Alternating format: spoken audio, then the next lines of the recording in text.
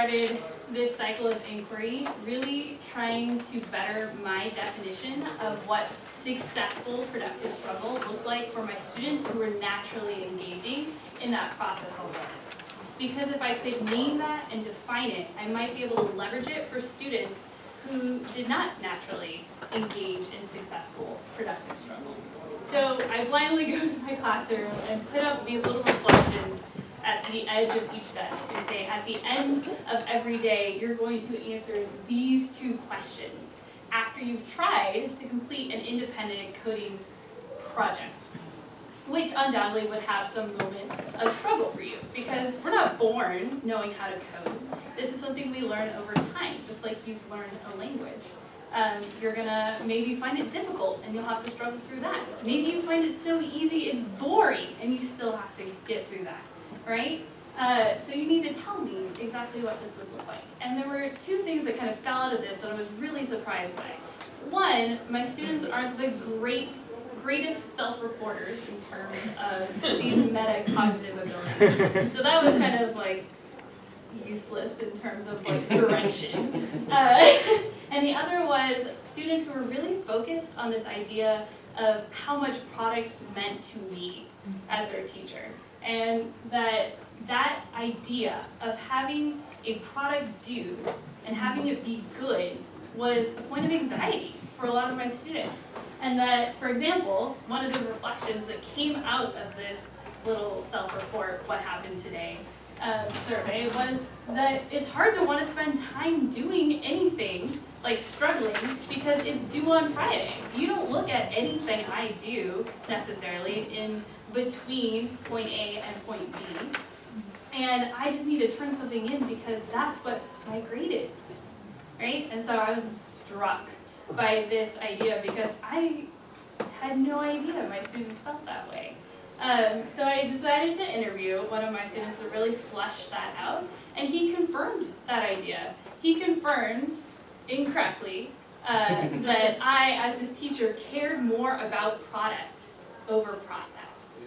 And that was surprising to me because I made the incorrect assumption that my students knew I cared about process. I want them to develop the soft skills that fall out of successful productive struggle because that will help them later on in whatever they choose to do, whether it's computer science or not. So that was a tough blow because it made me think all of it was my fault. They weren't engaging in this idea because of me as their teacher. So it led me to this question. Can my assessment model essentially improve a student's willingness to engage in productive struggle, right? To get over that barrier of even trying. So I came up with this rough kind of sketch of what a process-based assessment model may look like for my students. And I took half of them and I said, this is it. I am going to give you 100 points today, not on what you produce, but how you get there. And your goal is to get 5 playing cards and to hold on to those 5 playing cards by the end of the period. How do you get a card? Well, you show me 2 indicators of success. One, you're on task, and this looks very different for lots of different people when they're coding. I don't want to restrict you to that, but it looks maybe like having your earbuds in, jamming away, independently coding. Maybe it means you're working with someone and you're talking about the code in front of you and potentially why it's not working, right? That is all on-task activity. 2, you demonstrate perseverance. And like I said before, coding is difficult for lots of different reasons to engage with. Bored, hard, etc. Show me that you're sticking with it regardless of how you feel. And of course, because this is dynamic, I can take away cards for the opposite of these indicators of success. So throughout these independent coding assignments, I'm circulating, I'm verbally being like, yes, this is awesome, here's your card, or a reminder, hey, let's try and re-engage with the activity, take a card, and this is how I grade. I give them a check or a little 1 for getting a card, and I make one of those 1s a 2 if they've lost the card, and by the end of the period, they've got their score, and I'm done with my grading 5 minutes after period ends, which is nice as a teacher, right? So, of course, you're probably wondering, like, but how does this affect their mastery of the skills? Because those are things that still matter too. And so I wanted to compare, how did my students, I took half of them and said, we're grading you on classic product-based assessments. How did they do in comparison to the students who were told, I'm only looking at how you did that, with a mastery-based quiz, where they needed to meet a learning objective that both of them saw in class, and both of them took the same quiz. As you can see, their averages were not terribly different. That being said, like, this is one quiz out of many that they take. I'm really curious to see how my changes to the rubric can change perhaps these numbers, and if they will change as they get more familiar with a process-based assessment model.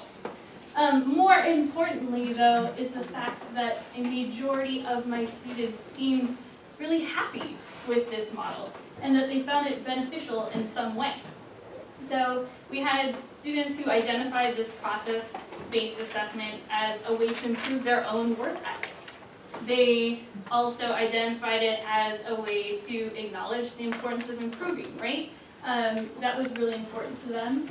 We saw things like challenging our students to engage in a deeper level of thought, as well as encouraging them. And that's nice at the end of the day, to feel like someone believes in you. And finally, that they, I did this wrong earlier. Finally, that they identified the process as productive struggle, and I didn't even have to tell her to write that. So yeah, I think that this might be a really interesting thing moving forward. A lot of good things seem to be falling out of it. Thank you, Sonia.